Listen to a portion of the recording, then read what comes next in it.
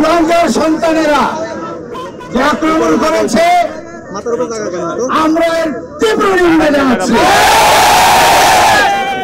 সরকারকে বলবো, আপনি আইন শৃঙ্খলা বাহিনী এই আমাদের মহাবীর যারা 24শে জুলাই তাদের নিরাপত্তা প্রকৃতি ব্যর্থ হয়েছে। আপনারা কি গোয়েন্দা সংস্থা জানতো না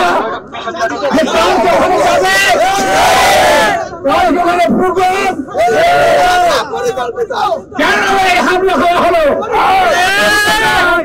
তাদের গান প্রত্যেক যতগুলি মারা গেছে একটা প্রশ্ন যদি পড়ে আমরা বাধ্য হলো রোড টু মাস টু গোপালগঞ্জ।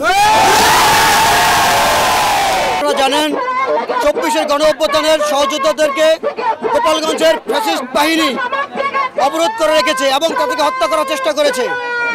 তার জন্যই বরিশালের ছাত্র জনতা জুড়ে অভ্যুত্থানের সহযোদ্ধারা আবারও সমবেত হয়েছে। টাইলক্স টয়লেট ক্লিনার, যার অ্যান্টিব্যাকটেরিয়াল এজেন্ট টয়লেটের কোনায় কোনায় পৌঁছে 99% জীবাণু ধ্বংস করে।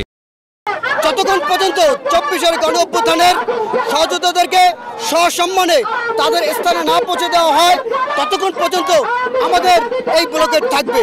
তারই সাথে প্রশাসনের দৃষ্টি আকর্ষণ করে বলতে চাই, আপনারা কেন এখনো কঠোর হচ্ছেন না? আমাদের সহযোদ্ধাদের যদি কোনো ক্ষতি হয় বাংলার মাটিতে একটাও ফ্যাসিস্ট গোষ্ঠী আমরা রাখবো না ইনশাআল্লাহ। এবং তারই সাথে বরিশাল প্রশাসন সহ বাংলাদেশের সকল প্রশাসনের দৃষ্টি আকর্ষণ করে বলতে চাই, আপনারা আরো সক্রিয় হন। আমাদের সহযোদ্ধাদের উপরে যে হামলা হচ্ছে এই হামলার তীব্র প্রতিবাদ সহ আমরা মাঠে আছি। যদি প্রয়োজন হয় আমরা গোপালগঞ্জে যাব এবং ফ্যাসিস্ট বাহিনীদেরকে ভাঙচুর করে আমরা আমাদের সহযোদ্ধাদেরকে উদ্ধার করব ইনশাআল্লাহ। আপনারা জানেন যে গোপালগঞ্জে যে আমাদের সেন্ট্রাল জুলাই যোদ্ধারা গিয়েছিলেন তাদেরকে অবরুদ্ধ করা হয়েছে। আমরা বরিশালের জুলাই যোদ্ধারা এতটুকু ঘোষণা করেছি, যতক্ষণ পর্যন্ত তাদেরকে নিরাপদে গোপালগঞ্জ ত্যাগের ব্যবস্থা করে না দিবে ততক্ষণ পর্যন্ত ব্লকের কর্মসূচি চলবে।